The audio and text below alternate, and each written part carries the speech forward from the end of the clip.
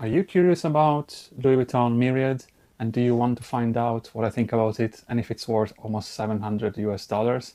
If the answer is yes, I am Max and this is mostly just perfumes.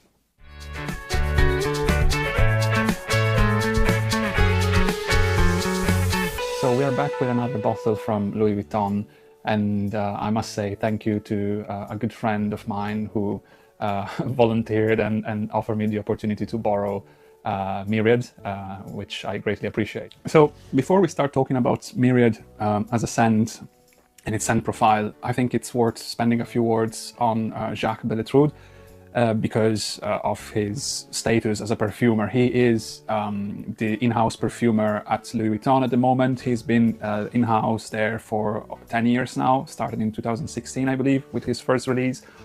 And he's been known in the perfume industry because he contributed to the creation of the original Acqua di Gio formula, and since then has been working on many perfumes that can be thought as iconic. Another example is Tigar from Bulgari, and then other perfumes that are quite famous from Louis Vuitton's house. Obviously, if you want to purchase this bottle, you will be paying, as I mentioned in introduction, almost 700 US dollars. In the UK at the moment, this is marketed at 510 Great British pounds. So that's the level of expenditure that you will be facing if you decide to indulge.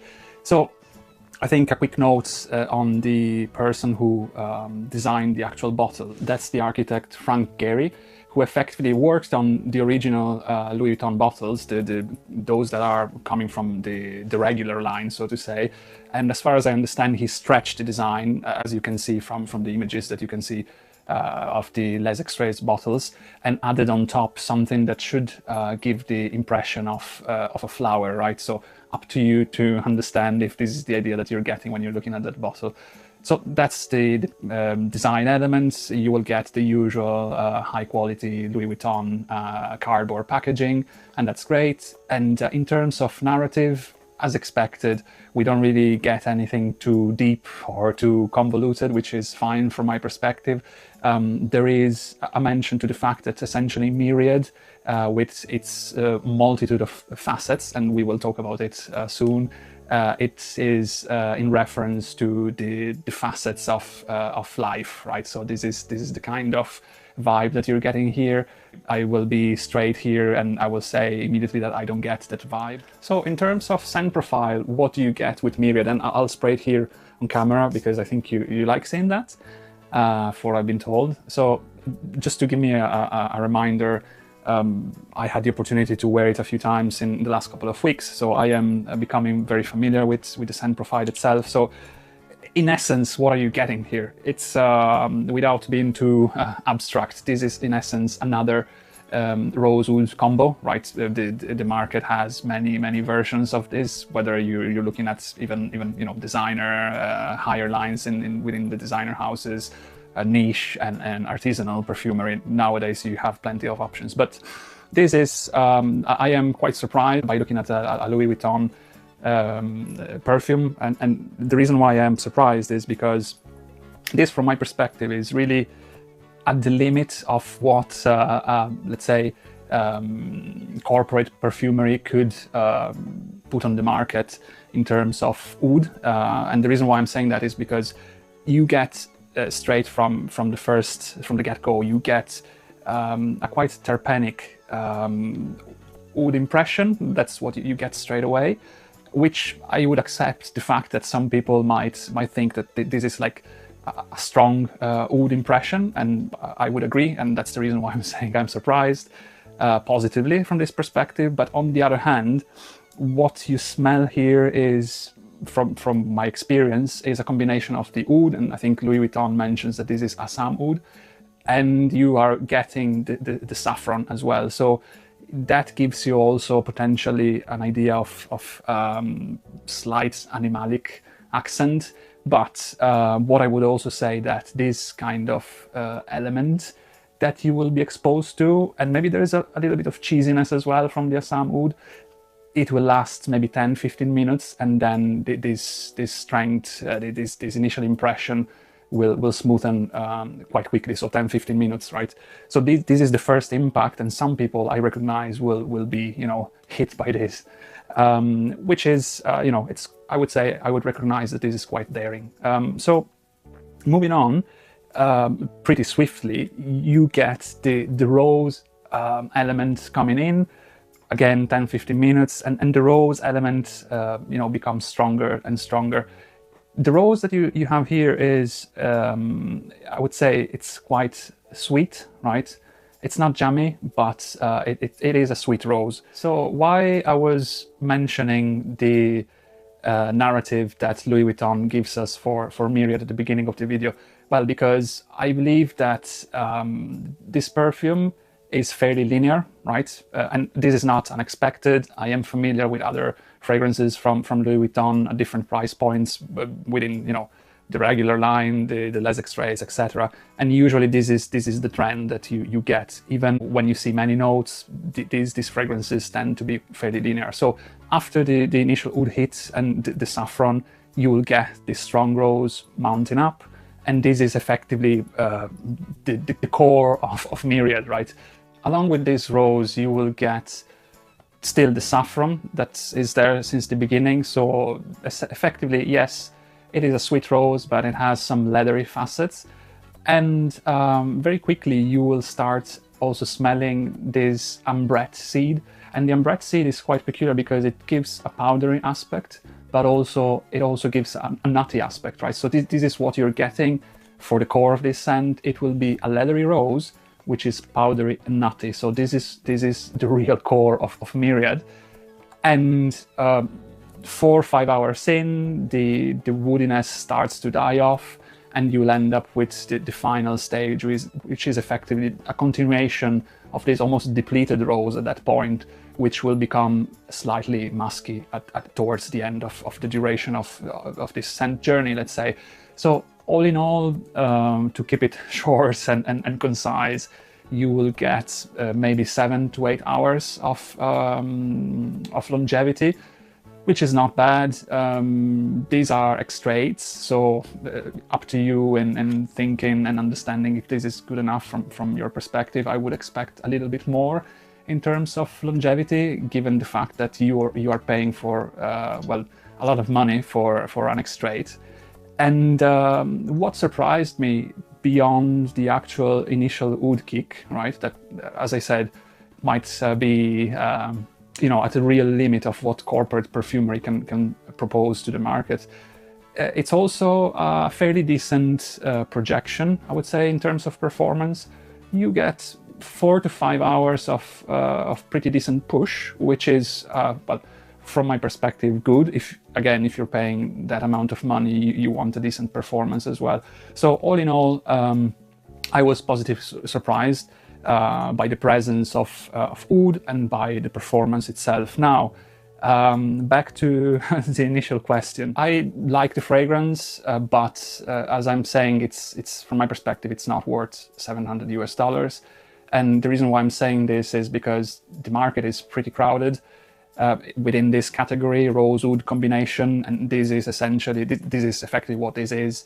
It doesn't abstract too much from that classic combination. Yes, it adds in maybe the ambrette seed, it makes it a little bit more powdery, it gives some nutty component, but it's not too far from the classic combination. So it has a decent performance, but that doesn't justify the $700 US price tag. Yes, you get the fancy bottle, you get the LV, Louis Vuitton branding, so maybe this would certainly appeal to certain people.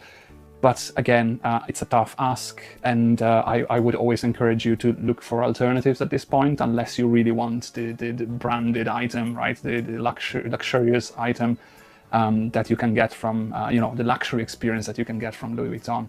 So that's up to you to decide. I'm certainly not going to tell you that you shouldn't if that's what your ambition is as a perfume collector. But I am not completely you know, trashing. I don't want to trash this fragrance. I think it's reasonably good, what I would say is I would have seen this better placed within, the brown bottle category from Louis Vuitton. And what I'm saying, practically speaking, this could have been positioned a lot better as a flanker to the likes of Ombre Nomade, right? There is still that Samu that you have in Ombre Nomade.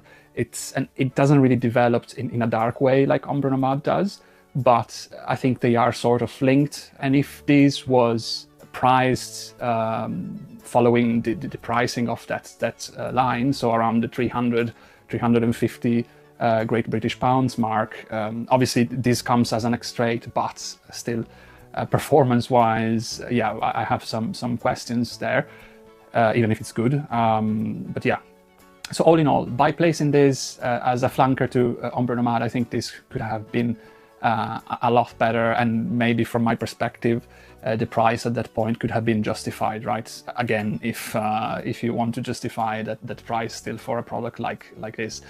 So all in all, decent scent profile, relatively linear in terms of evolution. In terms of the imagery that I get beyond the scent itself, beyond the listed notes, I think I struggle to think about the concept of myriad and facets of life, etc. And perhaps I am a bit conditioned by also the color of the liquid, which is like a dark pink sort of kind of color.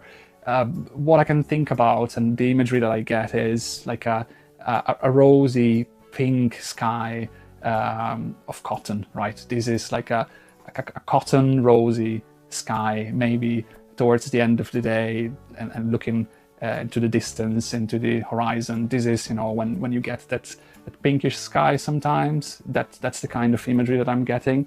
So yeah, not getting anything grand as, facets of life and all that. But yeah, that's the imagery that it gets to my mind by smelling this scent and perceiving its journey. So all in all, I'll leave the decision to you if this is worth $700 US to you. To me, unfortunately, it doesn't get to that point, that mark. But yeah, talking about cheeky suggestions, if you are in the market for a rose oud combination, and you have that amount of cash that you want to invest in a perfume, I would say that as a valid alternative to Myriad, you should consider Beauty and the Beast from Arige Ladoré.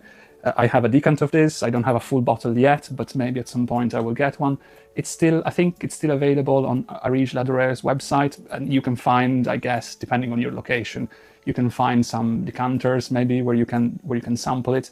The reason why I'm saying this is an alternative to Myriad, it's not exactly the same, obviously, but again, this is a rose oud combo with chocolatey facets, and maybe that's a reference to the nutty component of Myriad as well, but this is a lot stronger, right? So you get wild oud here with, as it's typical from Arige Ladoré and Adam's perfumery. And this is strong to the point that every time that I spray it, it fries my nose a little bit. So you get the wild oud impression. The oud here lasts for pretty much the whole duration of the scent journey. Whilst in Myriad, I think after 2 to 3 hours, the woodiness and the oudiness dies down quite substantially. And I think, yeah, after the 2-3 hours mark, you can't really smell the oud anymore. It's all about that sweet cotton kind of rose, right? So yeah, Beauty and the Beast, very good alternative. Still within that price range if you're thinking about spending $700 for Myriad. What you're also getting from Beauty and the Beast is a very natural smelling rose, and here's the difference between Myriad and Beauty and the Beast. Effectively, the more the fragrance, the Beauty and the Beast dries down, the more you're getting into a dark, incensey, resinous territory, and that's the Beast element, right? You get the Beauty, the rose, and the Beast, the wild oud, and the resinous component, right? So very thoroughly recommended. Sample it if you can. And so this is all for today. I hope that I gave you an interesting perspective on Myriad, a valid alternative, at least from what I can say and experience perfumery-wise. So again, thanks for watching. If you like the video, the buttons are below. And if you want to see more of this, subscribe. Thank you very much and goodbye.